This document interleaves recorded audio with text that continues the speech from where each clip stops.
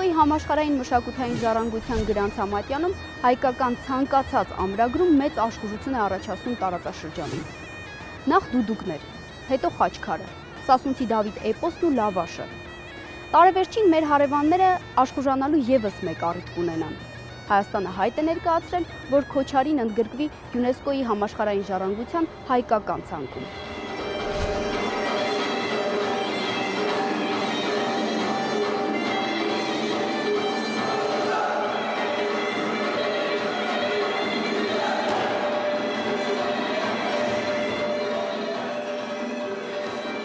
Շենքը թնդում է, պարարվեստի բաժնի տղաները խմբային պար են պարում, Քոչարի, հպարտությամբ, խրոխտ ոգով եւ որ ամենակարևորն է ժպիտը դեմքին։ Քոչարին հայերը նոր չեն հորինել, հազարամյակների պատմություն ունի։ Քոչարի պարը նախաքրիստոնեական շրջանից եկել եւ մեզ է հասել ճշգրիտ շարժումների պահպանմամբ, որպես միասնության խորհուրդ։ Մեր Քոչարին դա մտածողություն է, դա կենսափիլիսոփայություն է, մեր ապրելու կերպն է։ Քոչարին շուտով կարող է դառնալ ոչ միայն հայկական, այլև համաշխարհային արժեք։ Հայաստանի հայտը ՅՈՒՆԵՍԿՕ-ն ընդունել է, ու ինչ կհաստատի, մեր հարևանը սովորույթի ուժով նորից լեզու է առել։ Ադրբեջանական մամուլում շրջանառվող հոդվածների համաձայն հայերի այս հայտն էլ ադրբեջանցիների սրտով չէ։ Ասում են, դուդուկն ու լավաշը քիչ էին, հիմա էլ հայրը Քոչարին են ուզում գողանալ։ Ոչ առաջին դեպքն է, ոչ էլ ցավոք վերջինը։ Ադրբեջանն ազգի դիմագիծ կերտելու կարիք ունի։ Ում եթե ոչ հազարամյակների պատմություն ունեցող հայերի հաշվին։ Մեր մշակույթը բավականին լայն ու հետաքրքիր դրսևորում է։ Իսկ մեր կողքի պետությունները լինելով երիտասարդ Ադրբեջանի պարագայում ունեն խնդիր ստեղծելու այդ ազգը ժողովուրդը։ Հայկական Քոչարուն դեռ կանդրադառնանք։ Նախ ՅՈՒՆԵՍԿՕ-ի մասին։ Սա կազմակերպություն է, որ մարդկության մշակութային ժառանգությունը համախմբում է մեկ ցանկի մեջ։ Նպատակն է պահպանել եւ աշխարհին ճանաչելի դարձնել մարդկության ձեռակերտ ու ոչ ձեռակերտ գանձերը։ Փոքր ու հին ժողովուրդները ՅՈՒՆԵՍԿՕ-ի կազմում ամենաշատ ասելիքն ունեն։ Ցանկացած երկրի համար, ցանկացած ժողովրդի համար մեծագույն պատիվ է արդեն այդ ներկայացական ցանկում իր մշակութային դրսևորումը, մշակութային արժեքի ներառումը։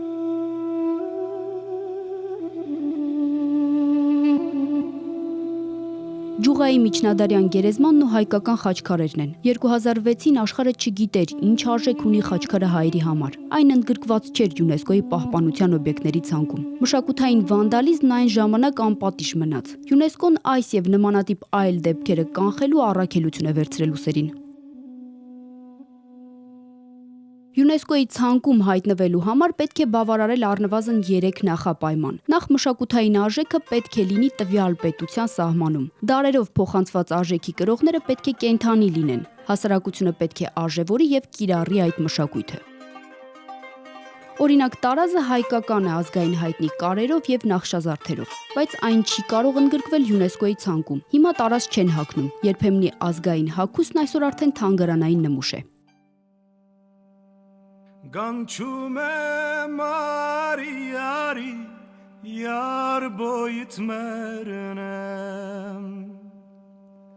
Çeskali muhtmari Asayın çane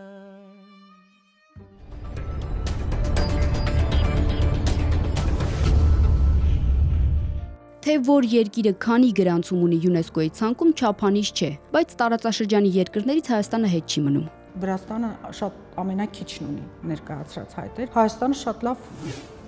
շատ շահեկան վիճակում է ներկայացրել է։ Պարսկաստանը մի քիչ ավելին է Իրանը, որովհետև նա նաև համատեղ հայտերի մեջ է ներառված։ Թուրքիան համատեղ հայտերի մեջ է ներառված։ Ադրբեջանը նույնպես համատեղ հայտեր ունի, ասենք Թուրքիայի եւ իսլամական հանրապետությունների հետ։ Հայկական գանձերից վերջին 10 տարիների ընթացքում ՅՈՒՆԵՍԿՕ-ի ժողովուրդների նյութական ժառանգության ցանկում ընդգրկվել են Հաղպատի ու Սանահինի վանքային համալիրները իբրև մեկ կոթող, Էջմիածնի Մայր տաճարը, Ռիփսիմե, Գայանե, Շողակաթ եկեղեցիներով եւ Զվարթնոցի ավերակներով, Գեղարդը Ամադու կիրճով։ Սրանք արդեն համաշխարհային մշակութային արժեքներ են, նրանց պահպանությամբ անձամբ ՅՈՒՆԵՍԿՕ-ն է զբաղվում։ ՅՈՒՆԵՍԿՕ-ն ունի մարդկության հիշողության ցանկ, այստեղ էլ Հայաստանն ասելիք ունի։ Ցանկում ներառված են Մատենադարանի ձեռագրերի հավաքածուն, Բենյամին Մարգարյանի համաշխարհային նշանակության աստղագիտական աշխատությունների ժողովածուն, Արամ Խաչատրյանի երաժշտությունը։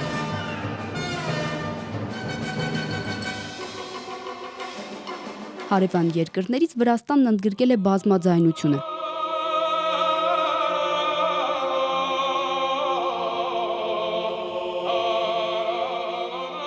Ադրբեջանը մուղամը։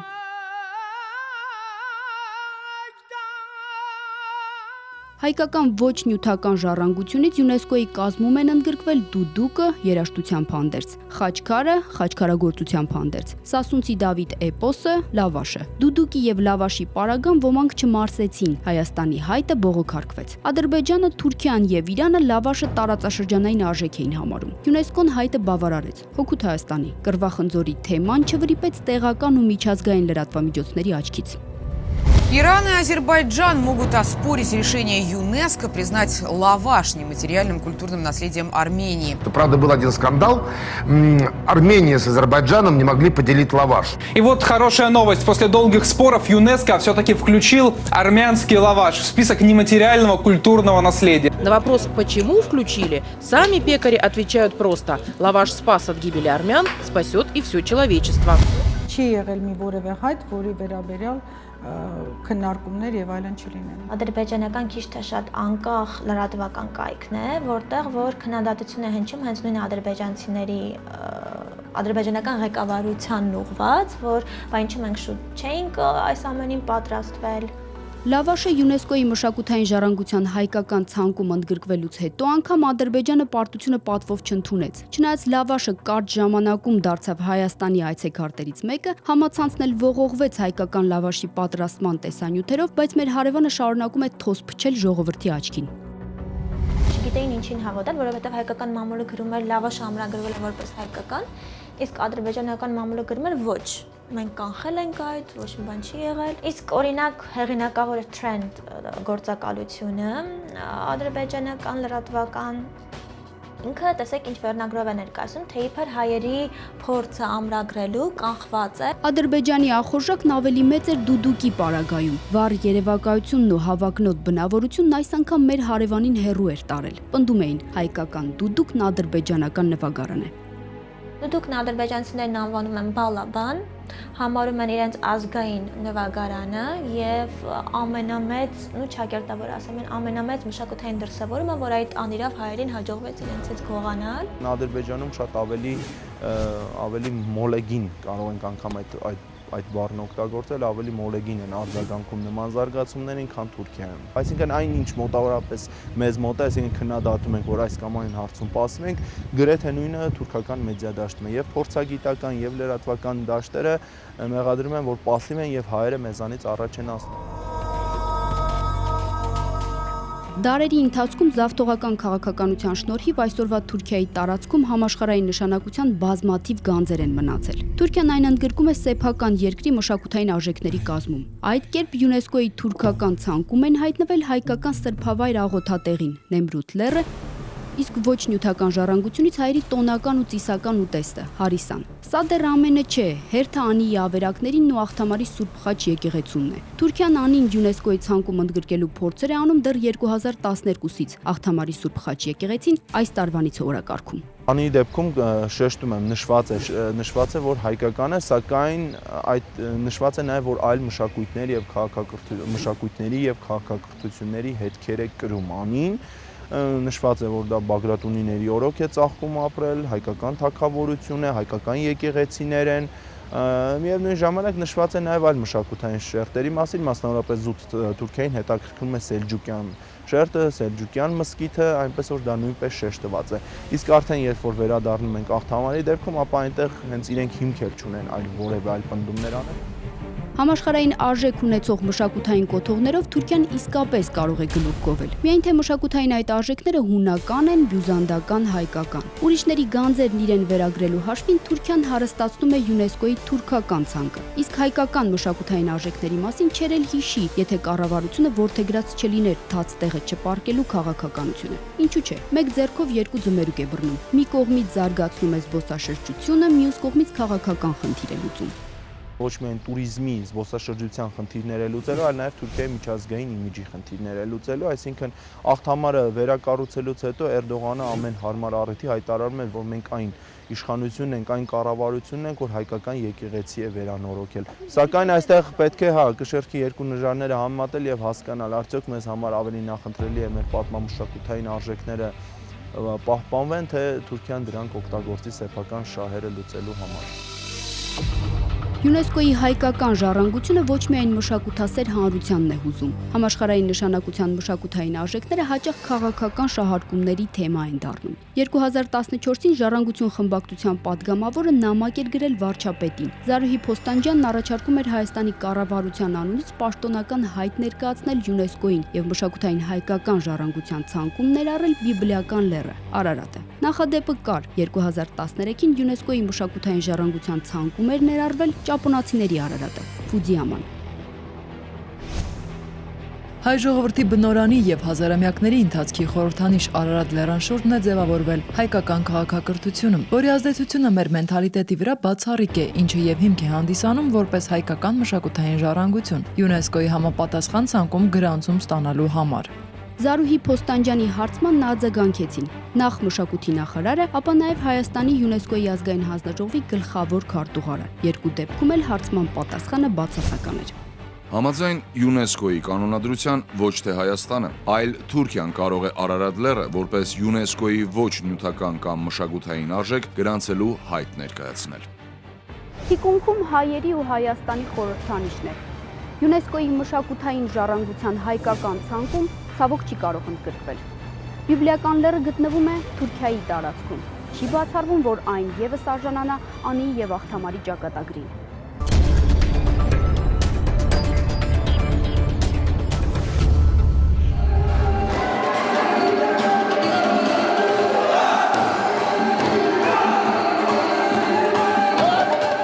Հերթը հիմա Քոչարունն է, ովքեր, երբ եւ ինչու են պարել ու պարում Քոչարի։ Կարեն Գևորգյանը լավ գիտի։ ՅՈՒՆԵՍԿՕ-ին պարի գիտական հիմնավորումը պարարվեստի բաժնի մասնագետներն են ուղարկել։ Որն է հիմնավորումը։ Ադրբեջանական հետաքրքրությունը ժամանակից շուտ չբավարարելու համար շակերտները մինչև վերջ չեն բացում։ Միայն հայտնի ճշմարտության մասին։ Քոչարին ամենատարածված, ամենապահպանված, ամենասիրված եւ ամենահին հայկական պարերից մեկն է։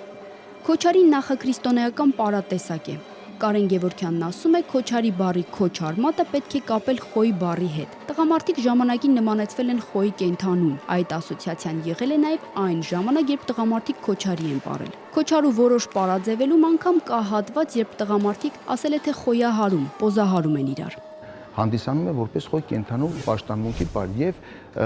Քոչարի պարի բազմաթիվ շարժումներ բնորոշում են խոյ կենթանու, տոտեմ կենթանու, վազքը, թռիչքը, ցատկը։ Հին ժամանակ մենք նույնպես գովերքել ենք բարի աստվածներին եւ չար ուժերին փորձել ենք հեռացնել մեր բնակության վայրից։ Բնականաբար այդտեղ խոշոր նշանակություն է ունեցել շարժումը, պարը։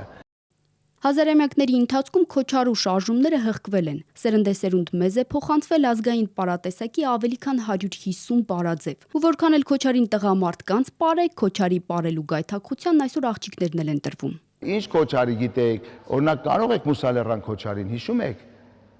Հա, պարեք հələ մի հատ 3, 4 Ram tararam tararam pam dim tararam tararam tam lam dim tararam tam tararam dim tararam tararam tam ram tararam dim tararam tam tararam tararam tam Թե ինչու է ադրբեջանցիների խելքին փչել Քոչարին ադրբեջանական համարել, կարելի է միայն ենթադրել։ Ադրբեջանցիներն ունեն ազգային բառ, յայլի են ասում։ Հայկական Քոչարու հետ ոչ մի առնչություն։ Սենց են պարում, տանգ Սա իրենց Քոչարին է ժողովուրդը։ Ինչպես մտածում են, այնպես էլ պարում են։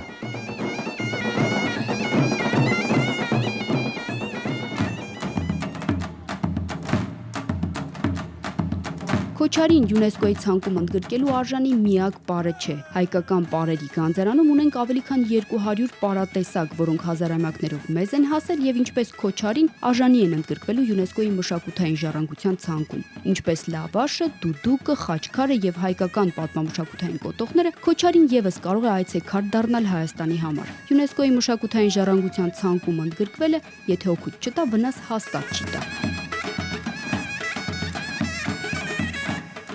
Տեսեք, խաչքարի մշակույթը մենք ներկայացրեցինք եւ հետաքրքրությունն ամբողջ աշխարհում խաչքարի մշակույթի նկատմամբ բավականին բարձրացավ։ Այսօր